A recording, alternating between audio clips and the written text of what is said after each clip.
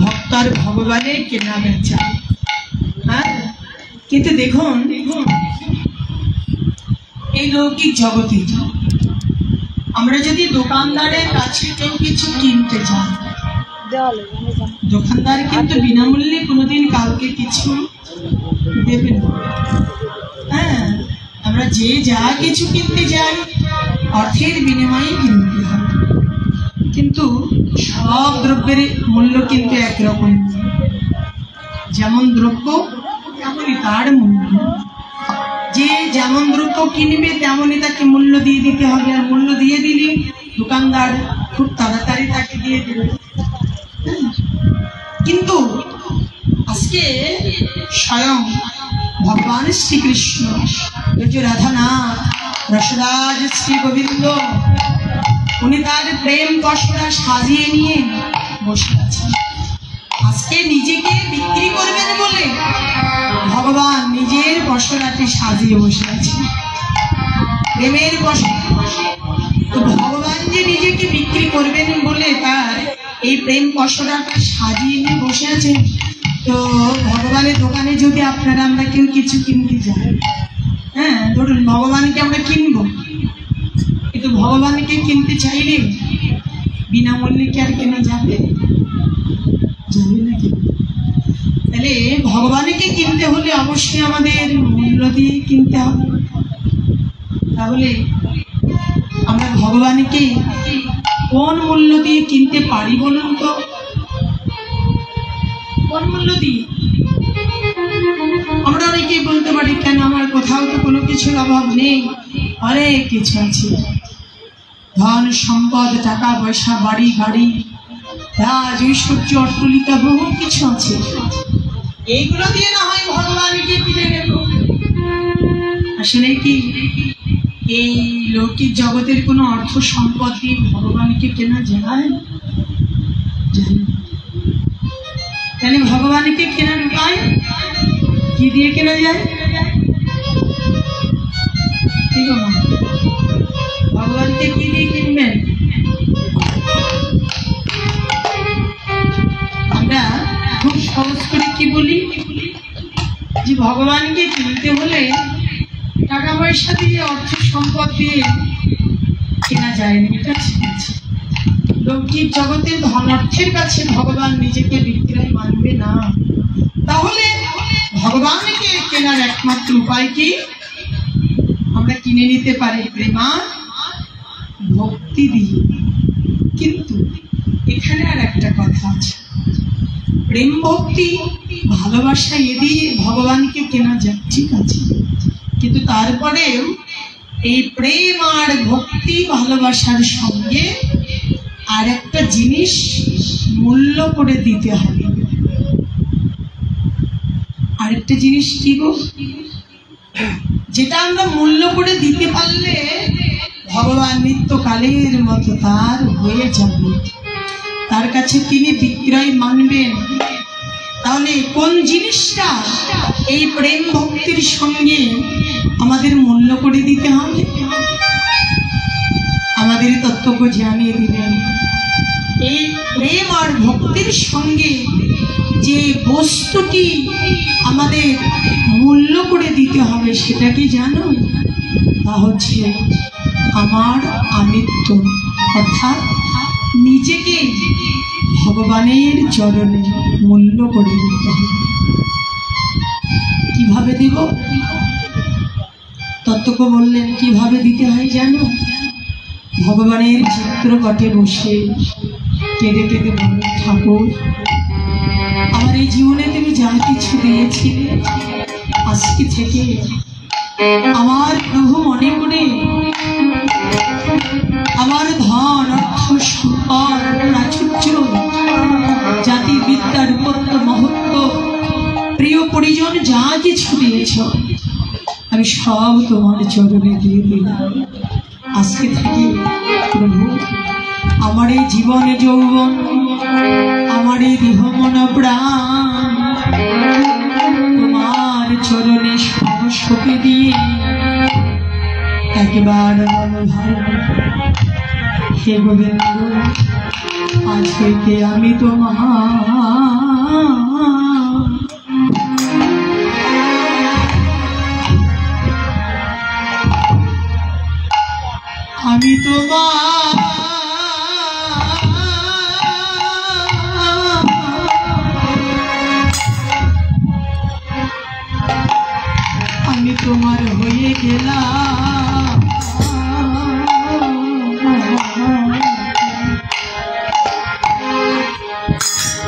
গোবিন্দ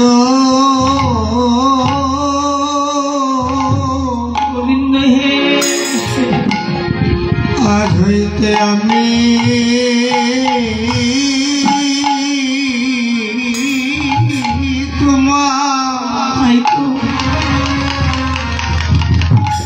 তোমার হয়ে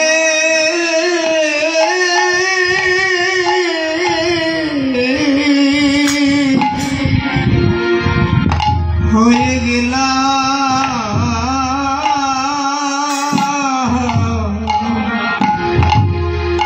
হে গোবিন্দ তুমি আমার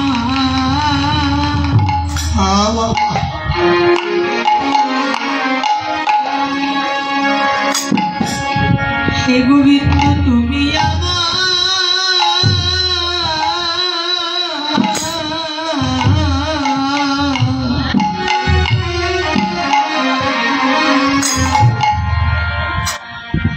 তুমি আমার সবার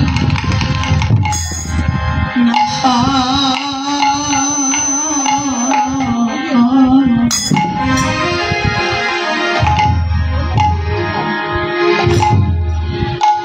আমি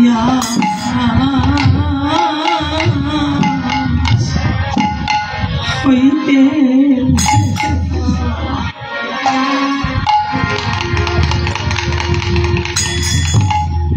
আমি আজ হইতে তোমার হয়ে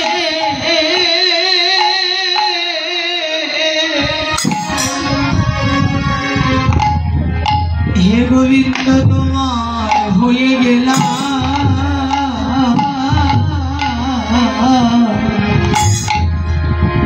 গোবিন্দ তুমি আমার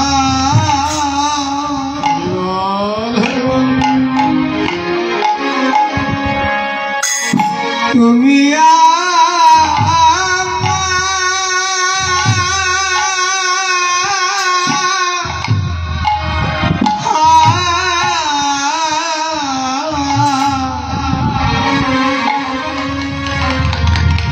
আমার না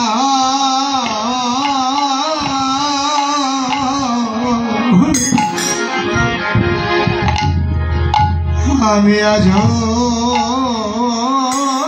হইতে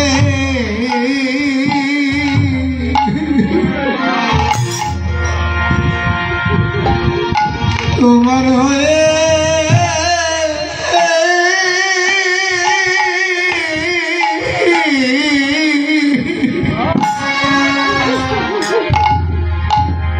তোমার হয়ে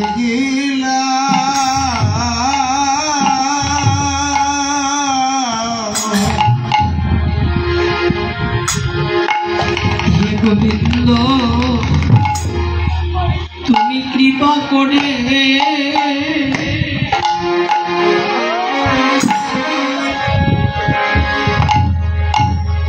তুমি একবার কৃপা করে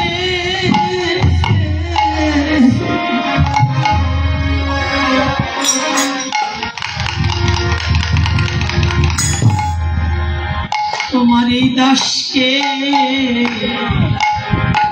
গ্রহণ করো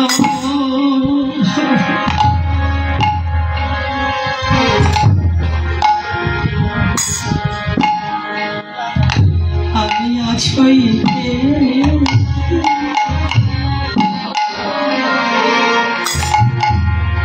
তোমার হয়ে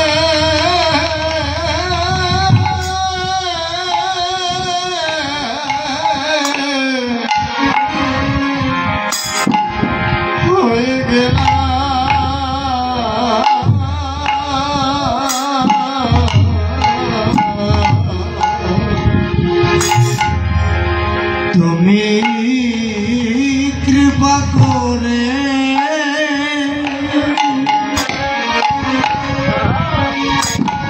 কৃপা করে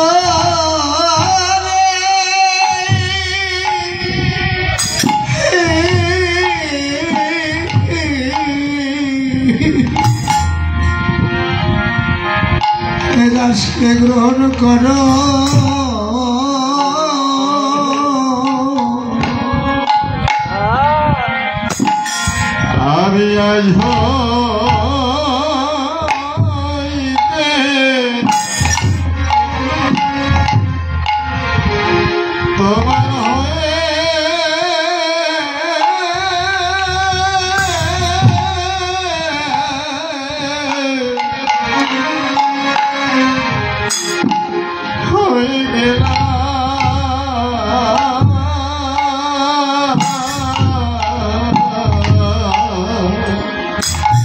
গোবিন্দ আর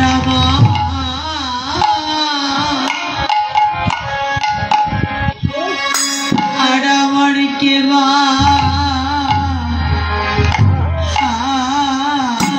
আছে গোবিন্দ হে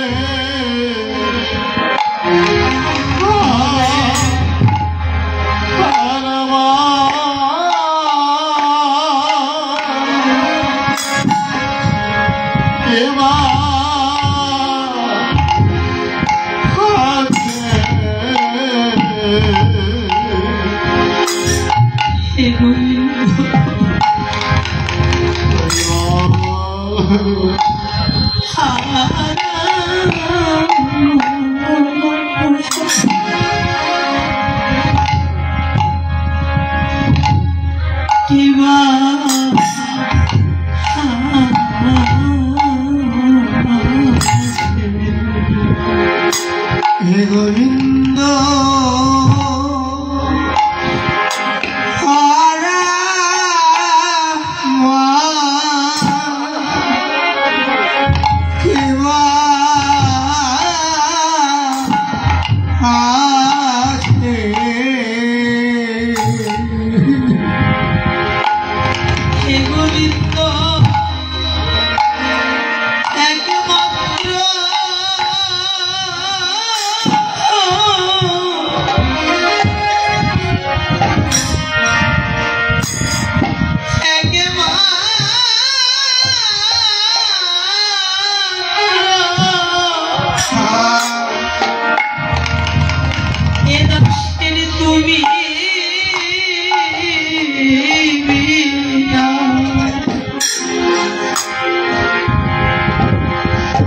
বলো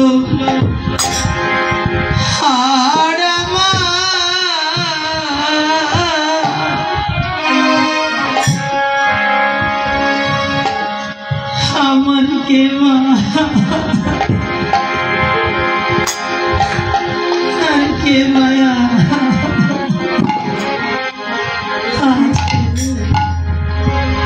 বলিয়া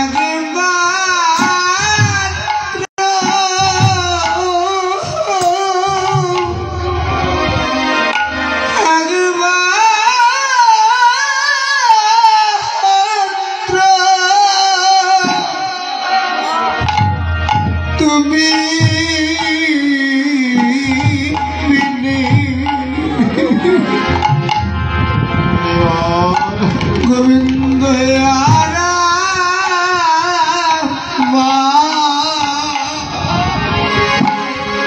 কিবা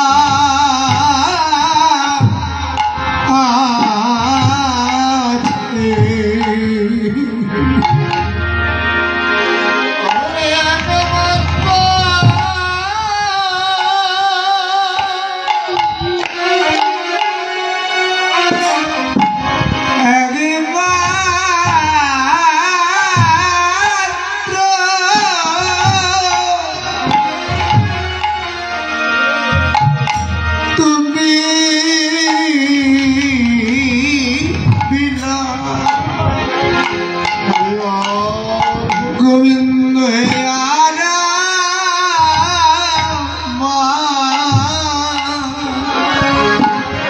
কেবা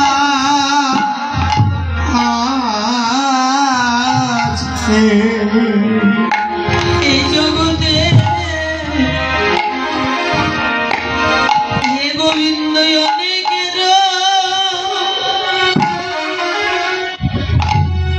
অনেকের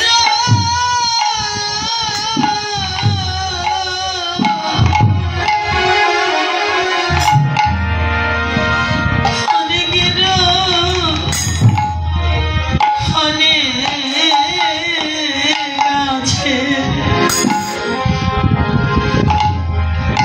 বলো হে গোবিন্দ তুমি বিনে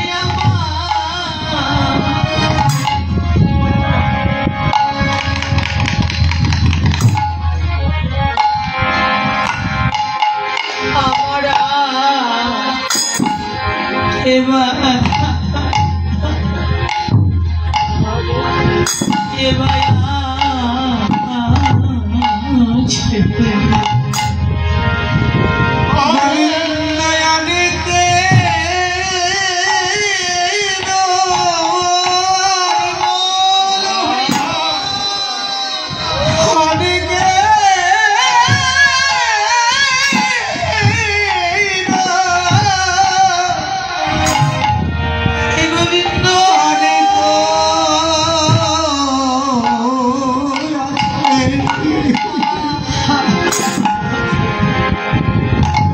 গোবিন্দ তুমি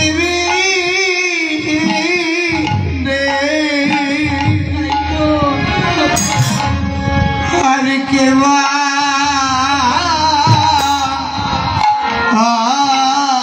আছে গোবিন্দ আমার সুখে তুমি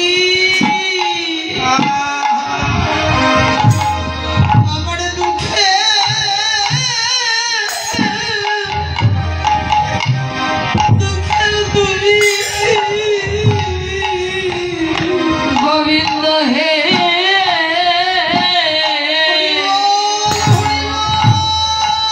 আমার সুখেও তুমি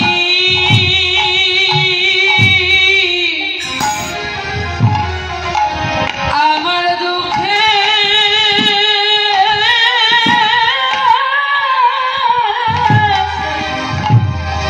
দুঃখেও তুমি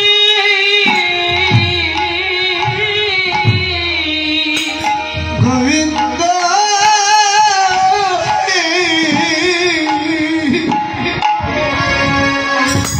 আমার সুখে তুমি আমার দুঃখে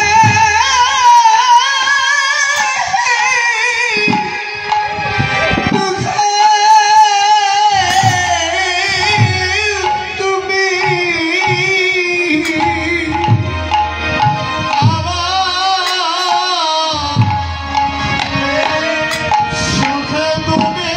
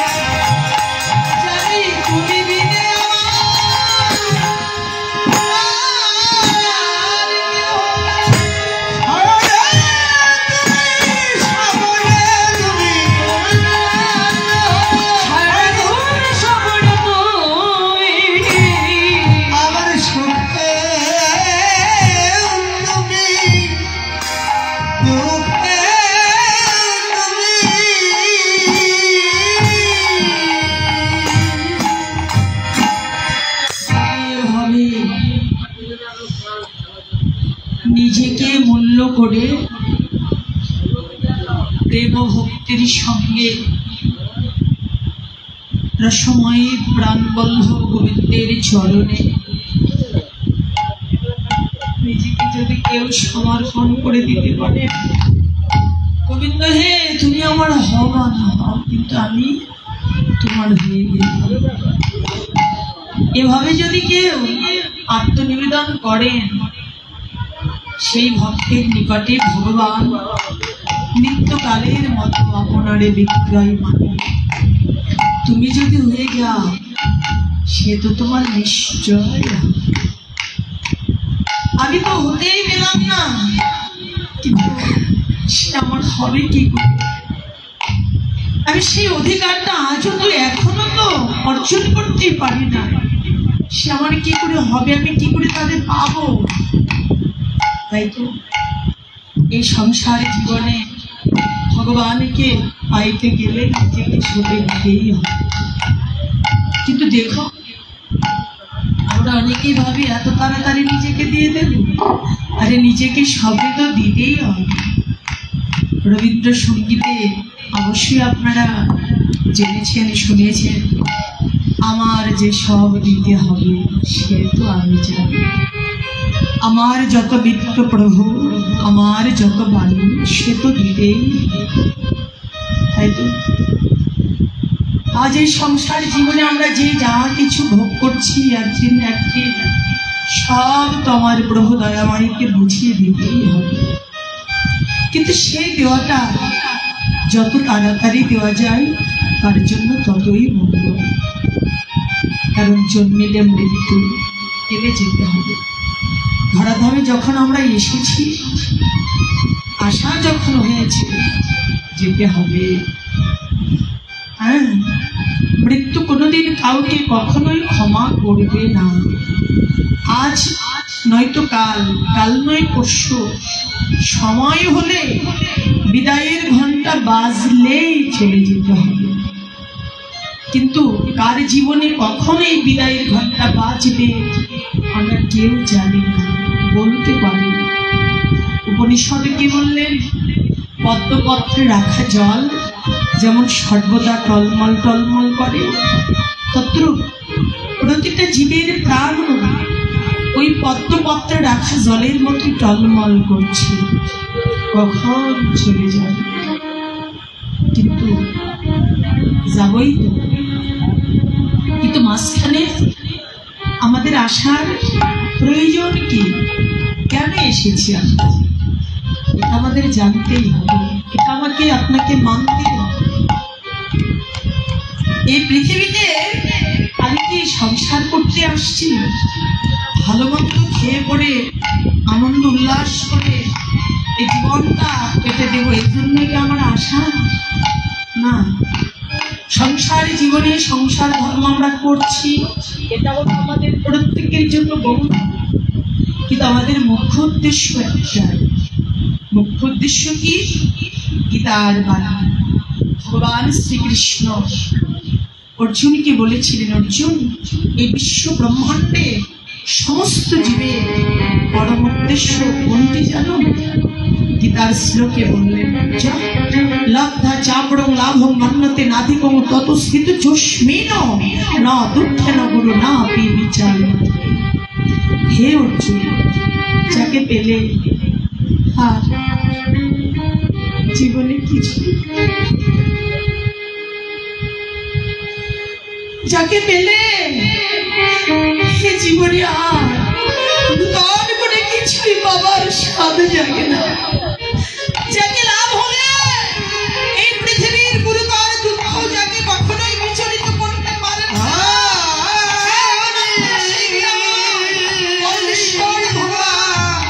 শ্রীকৃষ্ণকে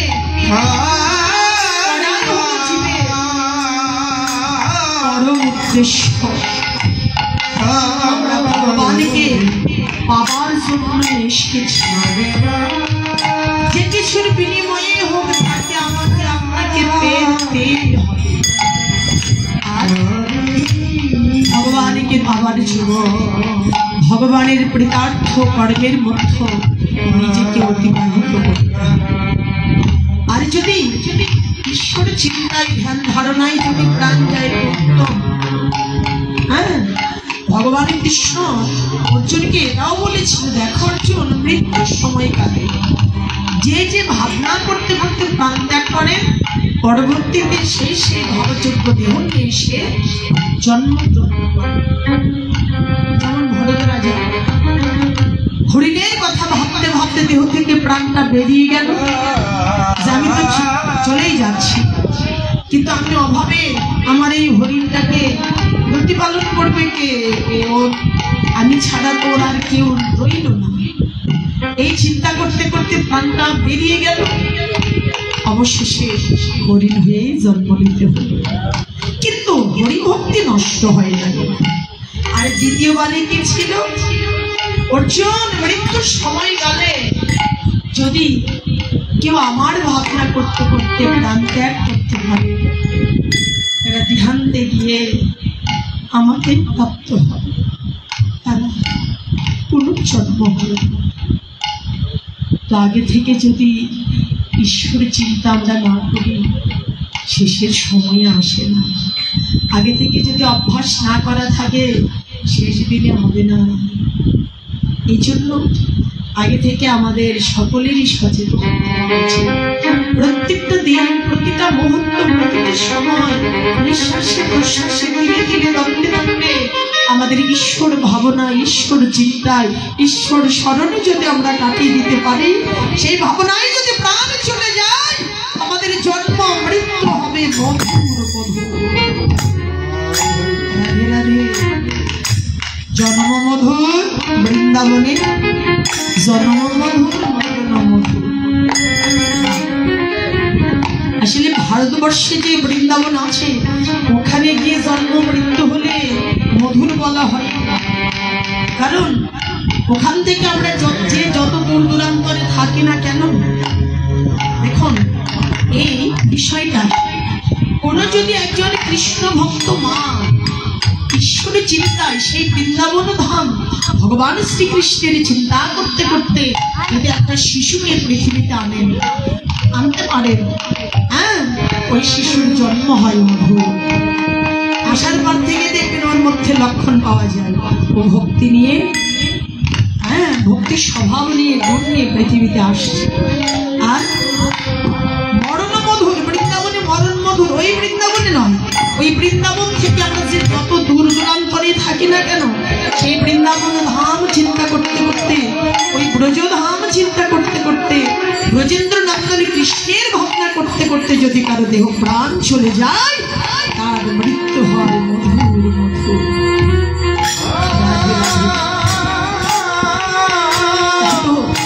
এটা আমাদের ভাবতেই হবে। শুধু অর্থ সম্পদ নিয়ে, অর্থ উপার্জন নিয়ে ব্যস্ত হয়ে থাকলে চলবে না। সংসার ধর্মের পাশাপাশি যতটুক সময় পাওয়া যায়, হ্যাঁ, ভগবানের সংসার একটু করতে। যে রাজ্যে যে আপনারা কীর্তন শুনছেন, আমার বাবা মা দাদা ভাই ভাইরা, এটা হলো ভগবানের সংসার করা। এইটুকুর মধ্য দিয়ে অবশ্যই ভগবান আপনাদের কৃপার ফলটুকু দান করবে। যথা সময়ে সেই ফলটা আপনারা অবশ্যই পাবেন। রাজ্যে বসে আছেন, কিছু না বুঝুন, যারা বুঝতে পারছেন অনেক সময় দেখা যায় অনেকে বোঝে না, কিন্তু না বুঝলে কি হবে, ওখানে বসে যদি শোনাও যায়, তাতেও তার ফল অবশ্যই মিলে যায়, সে পাবে। কারণ এর সুফল আপনার কোনোদিন বিফলে যাবে না। ভগবানের সুখের গল্প যেটুকু করা যায়, সেই ফলটা ভগবান যথা সময়ে তাকে ঠিক দিবে, এটাই সত্যি। আজ আমরা প্রাণ ভরে ভগবানের কথা বলতে পারছি, ভগবানের কথা শুনছি, যে যতটুকু পারি ভগবানের সেবা পূজা কর্ম করছি, ভগবানের সেবার মধ্যে নিজেকে অতিবাহিত করতে পারছি, জীবনটা কাটিয়ে দিতে পারছি। কেন? এটা মনে করবেন আর জন্মে নিশ্চয় আমার ভালো কিছু করাচ্ছি, সেই ভালো ফলটা এ জন্মে ভোগ করে দিলাম। ভালো ছিল তাই ভালো কিছু করলাম, ভালো ছিলাম, ভালো আছি, কিন্তু ভালো নেই, ভালো কিছু করিনি তাই আমার ভালো থাকা হলো না। হ্যাঁ, কারণ বহু দূরে সিদ্ধান্ত নিতে হয় না, নিজ নিজের মনের কাছে প্রশ্ন করলে সব সিদ্ধান্তটা পাওয়া যায়। একে অপরের কাছে যেতে হয় না, মনের কাছে প্রশ্ন করুন। ভালো নেই, ভালো আছি, এই প্রশ্নটা মনের কাছে এই জন্য সবসময় ভালো থাকতে গেলে ভালো কাজের মাঝে যদি থাকি না, আবার যদি যত্ন হয় আমরা আবার ভালো থাকতে পারি। ইহাই সত্য। এই কথাগুলির কোনো মৃত্যু নেই, এই কথাগুলো কোনোদিন মিথ্যা হবে না, এই কথা বিফলে যাবে না। হ্যাঁ, তাই বলছে সখীরে কি আর বলবো, গোবিন্দের সেই প্রীতিময় মূর্তিটি প্রাণ ভরে আমি দেখছিলাম। দেখতে দেখতে ওই মনের মধ্যে যেন আমি নিজেকে হারিয়ে ফেলেছি। আহা, যখন গোবিন্দের ওই বদনখানি দেখলাম, জানিস হরিদার, আমার গোবিন্দের ওই মাধুর্য মণ্ডিত ভুবন ভুলানো বদনখানি যখন আমি অপরাগ দৃষ্টিতে দেখছিলাম, দেখতে দেখতে কি মনে হলো জানিস? আহা, গোবিন্দের বদন তো নয়, যেন শারদ চাঁদ মুখ মণ্ডল রে, শারদ চাঁদ মুখ মণ্ডল রে,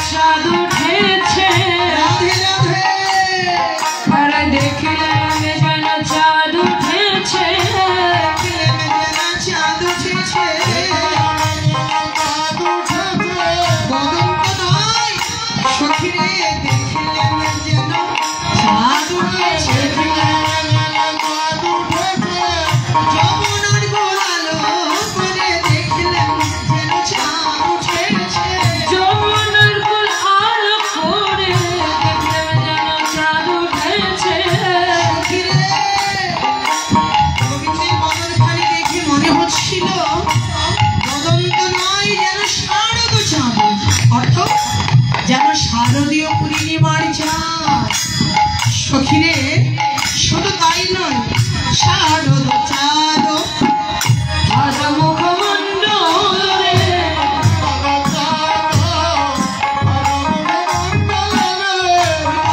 দেখতে দেখতে আমার কি মনে হলো, সখীরে শুধু চাঁদ নয় যেন ফাঁদ পেতেছে, চাঁদ নয় যেন ফাঁদ পেতেছে, চাঁদ নয় যেন ফাঁদ পেতেছে। আমার মন মৃগিনী ধরবে বলে, শুধু চাঁদ নয় যেন ফাঁদ পেতেছে, মন মৃগিনী ধরবে বলে, চাঁদ নয় যেন ফাঁদ পেতেছে। আরে শারদ চাঁদ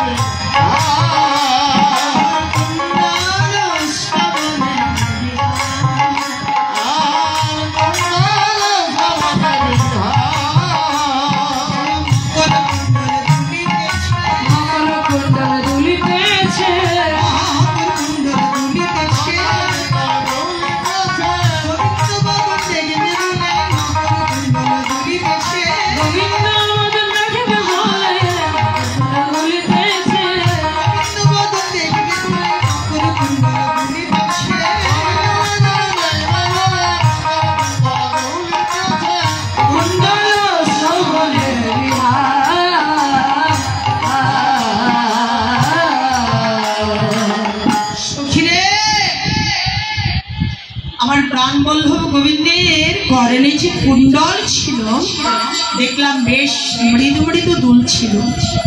হ্যাঁ, আর কুণ্ডলকে দুলতে দেখে যে মন হলো জানিস, নিশ্চয় আমার গোবিন্দের বদন দেখবার জন্যই কুণ্ডল ব্রজলীলার এক প্রান্তে দাঁড়িয়ে বলছে, ওরা রে হারে নিকটে এই তো গোবিন্দ, গোবিন্দের বদন খালি দেখছে, আবার যাচ্ছে, দুলতে দুলতে আবার এসে দেখছে, আবার চলে যাচ্ছে।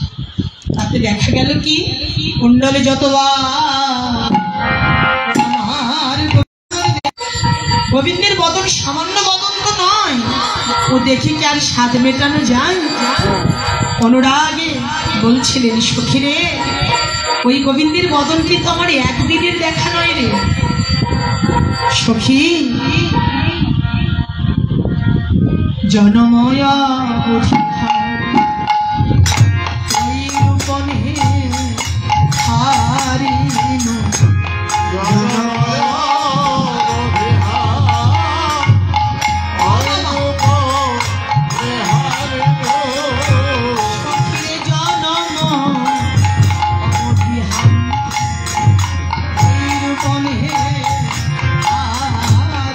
জনময়া বধিহাম ঐরূপনি হারিণ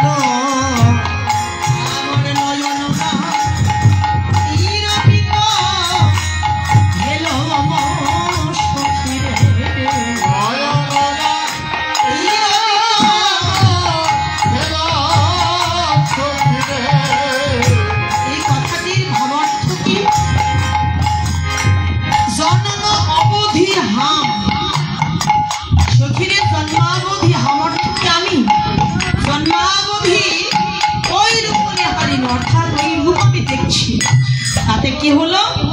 নয়ননা তিরোপিত হলো, অর্থ সখীরে আমার নয়নের তৃপ্তি হলো না, আমার নয়নের স্বাদ আজও এখনো এ পর্যন্ত মিটল। শুধু কি তাই, লাখ লাখ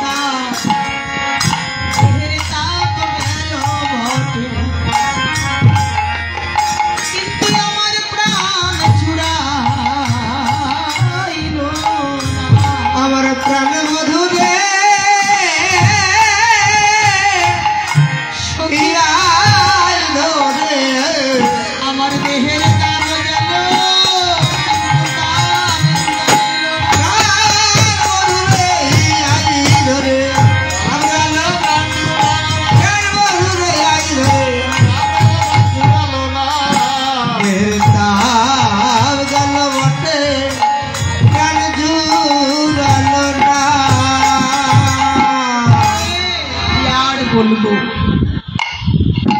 ললিতা বিশাখারে জনম ভরে যদি গোবিন্দের রূপের কথা বলা যায়, ও আর বলে শেষ করা যায় না। বান্ধবী অধরে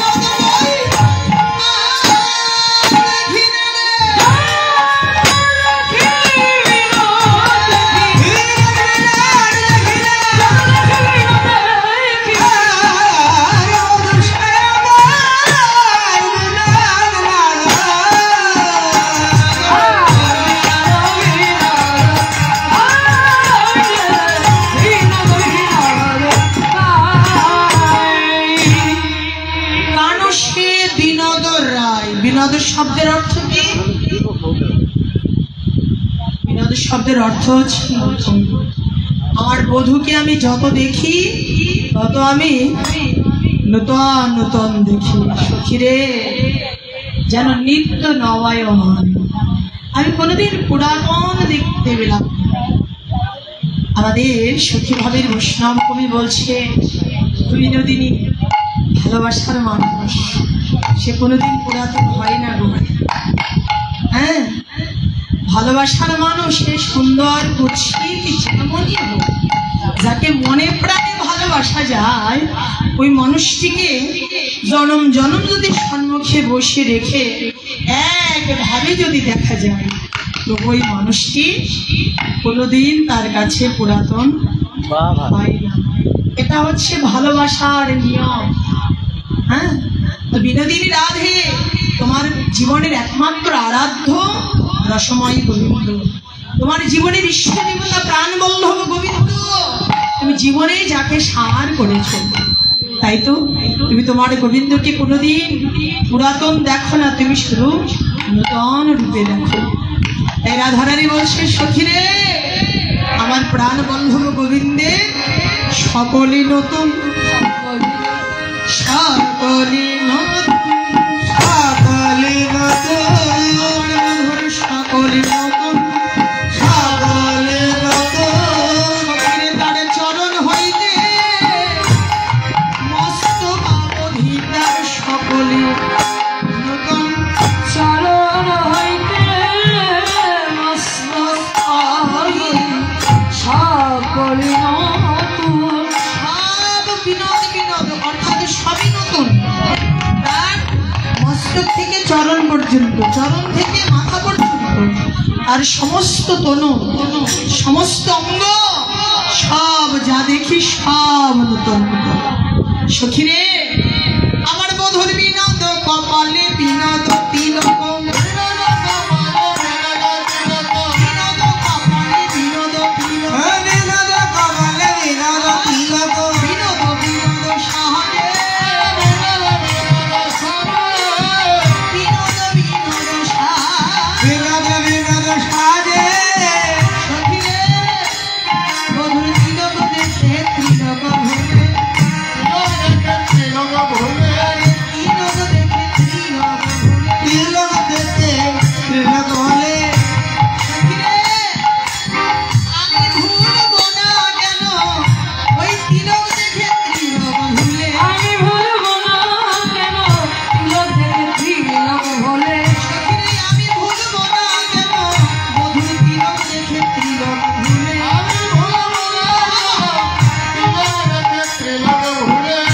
বিনোদ সাহায্যে, বিনোদ বিনোদ সাজে, ধরে বিনোদ মুরলী, বিনোদয় ধরে বিনোদ মুরলী, ধরে বিনোদ মুরলী, বিনোদ ধরে বিনোদ মুরলী, বিনোদ বাজে, বিনোদ বাজে, সদাই রাধা বলে বাজে, রাই রাধা বলে বাজে। রাধা বলে বাজে। সদাই রাধা বলে বাজে, ওই মাসি আর কি কারো নাম জানে না, সদাই রাধা বলে বাজে। আমি কারো কারে বা সদাই রাধা বলে বাজে, আর বিনোদ বিনোদ বাজে।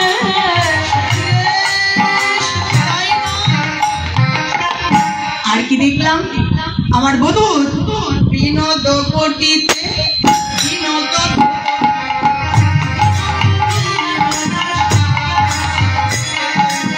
বিনোদ কোটিতে বিনোদ ঘটি, বিনোদ বিনোদ সাজে। আর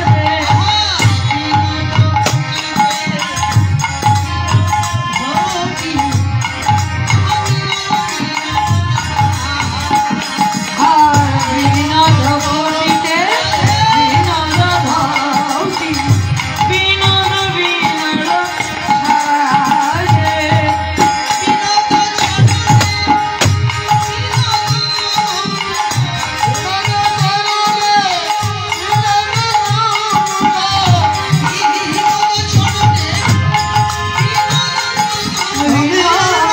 চরণে বিনোদ দুপুর,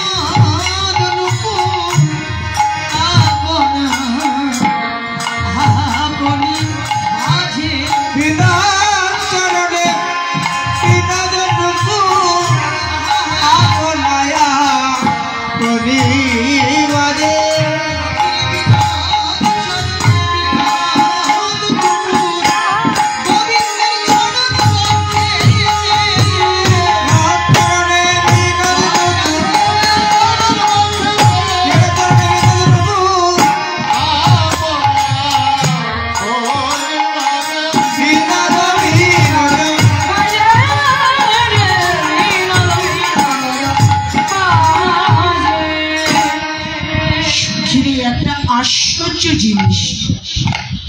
গোবিন্দ তো স্থির হয়ে দাঁড়িয়ে আছে, কিন্তু জানিস আমার গোবিন্দের চরণে যে সোনার নূপুর ছিল, সেই নূপুর গোবিন্দের চরণ তো নাচছে না, কিন্তু নূপুর আপনি বেজে চলেছে।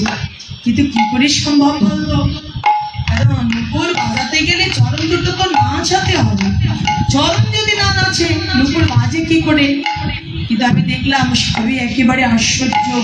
গোবিন্দ বেশ স্থির হয়ে দাঁড়িয়ে আছেন, আর সোনার নূপুর রুনুঝুনো শব্দে বেজে চলেছে। কিন্তু কি করি বল? আমাদের ভাগবতকার বলছে, বিনোদিনী রাধে আজকে নূপুরের প্রাণে যে কি আনন্দ সেটা তুমি জানো না। আর গোবিন্দের চরণে আপনি বেজে চলেছে কেন জানো? কত সাধনা করে ওই নূপুর গোবিন্দের যুগল চরণ কার বক্ষে পেয়েছে, তার পূর্ব পরিচয় কি জানো?